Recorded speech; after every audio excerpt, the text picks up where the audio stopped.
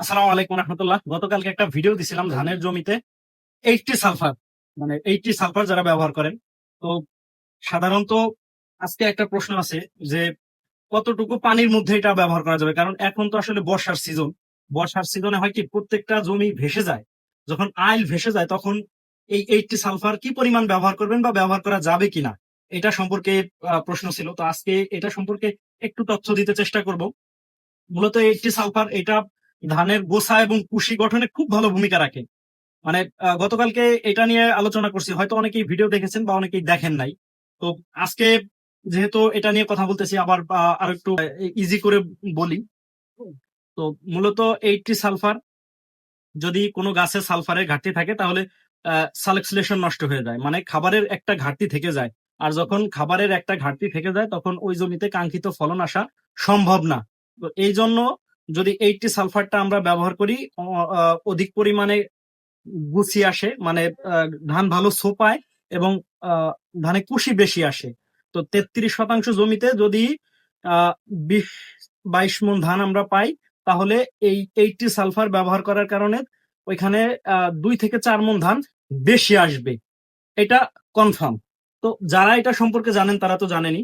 এবার আসেন যে বোনা ধান, অবশ্য বোনা ধান এবং হচ্ছে লাগানো ধান। বোনা ধানে মোটামুটি লাগানো ধানে মোটামুটি 21 দিনের ভিতরে দিয়ে দিতে পারলে সব থেকে ভালো কাজ করে। আর যদি দেখেন যে না বোনা ধান হয়, তাহলে সেই ক্ষেত্রে আপনি যখন আগাছানাশক ব্যবহার করার পর যখন আপনি সার ব্যবহার করেন ইউরিয়া সারটা, তখন এটা দিয়ে দিতে চেষ্টা করবেন। তখন এটা দিয়ে দিতে আপনার মাটিতে পেয়ে যাবে এবং গাছ ধীরে ধীরে সুন্দর সবুজ হয়ে উঠবে এবং গাছের যে কাঙ্ক্ষিত গ্রোথ এটা আপনি ফিরে পাবেন। আচ্ছা, যেই সমস্ত জমি আপনার আইল ভেসে গেছে বন্যার পানিতে, এই জমিগুলোতে 80 সালফার ব্যবহার করার দরকার নেই। কারণ এটা সারের সাথে দিলে পরে এটা পানিতে গুলিয়ে যদি স্রোত থাকে তাহলে এটাতে কোনো লাভ হয় না।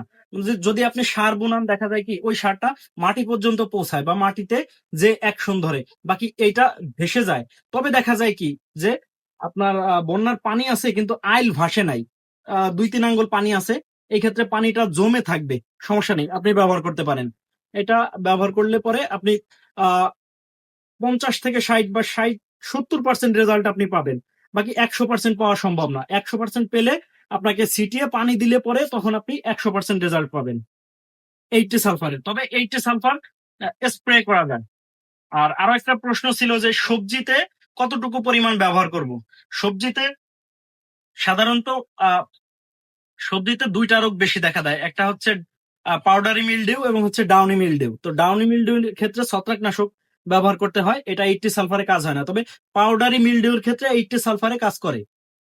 তবে পাউডারি মিলডিউতে যেটা হয়, আপনার পাতার নিচে বা উপরে এক পদের তুলার মতো আসে। তো তুলার মতো যেটা আসে এটা হচ্ছে পাউডারি মিলডিউ। আর ডাউনি মিলডিউ যেটা, এটা হচ্ছে জং এর মতো আসে, মানে লোহাতে যেভাবে মরিচা পড়ে ঠিক পাতার উপরও এইভাবে পড়ে, এটা হচ্ছে ডাউনি মিলডিউ। আর এটা হচ্ছে পাউডারি মিলডিউ। এখানে লিখে দিছে যে সবজির জন্য লাউ, কুমড়া, ঝিঙ্গা, চিচিঙ্গা, করলা, পটল, কাকরোল, খিরাই, তরমুজ ও লেবু। আচ্ছা, এই সবজি জাতীয় যেগুলো আছে এগুলা পাউডারি মিলডিউর জন্য খুব ভালো কাজ করে, তবে ডাউনি মিলডিউর জন্য করবে না। সাধারণত ফাহাতুলা যেটা বলি এটার বিরুদ্ধে খুব ভালো কাজ করবে। এটা স্প্রে যারা করেন, স্প্রেতে মোটামুটি 1 লিটার পানিতে 3 থেকে 4 গ্রাম পর্যন্ত ব্যবহার করা যায়। তবে গাছ ছোট বড় হলে পরে আপনাকে লিমিটেশন কমায় নিয়ে আসতে হবে, মানে গাছের ডোজটা কমায় নিয়ে আসতে হবে। যদি গাছ খুব ছোট থাকে, যদি গ্রোথের জন্য ব্যবহার করেন, এটা তো অনেকটা ভিটামিনের পর্যায়ে যায় হচ্ছে কাজ করে বা ভিটামিনের পর্যায়ে নিয়ে গিয়ে কাজ করে। গাছ এটা স্প্রে করার পর গাছে খুব ভালো সালেক্সলেশন হয় এবং গাছের যে ক্লোরোফিলের মাত্রা বেড়ে যায়, যার কারণে গাছে খুব সুন্দর করে খাবার গ্রহণ করতে পারে এবং গাছের ফলন বৃদ্ধিতে সহায়ক হয়ে ওঠে। তো যারা সবজিতে ব্যবহার করবেন তারা এভাবে করে মাটিতে ব্যবহার করতে পারেন, আবার স্প্রে করতে পারেন। ধানের ক্ষেত্রে ডোবা জমি যদি থাকে ব্যবহার করার দরকার নেই, তবে যদি পানি কম থাকে তাহলে ব্যবহার করবেন। যদি 1-2 ইঞ্চি পানি থাকে সমস্যা নেই, তবে আইল ভাষা জমিতে ব্যবহার না করাই ভালো। যদি আগে ব্যবহার করতে পারেন সেটা বেশি ভালো। তো ধন্যবাদ সবাইকে। এটা সম্পর্কে আজকে এতটুকুই ছিল। সকলে ভালো থাকেন, সুস্থ থাকবেন এবং আমার ভিডিও যদি ভালো লাগে অবশ্যই লাইক কমেন্ট শেয়ার করে দিবেন। ভালো না লাগলে অবশ্যই অ্যাভয়েড করবেন। তো ধন্যবাদ।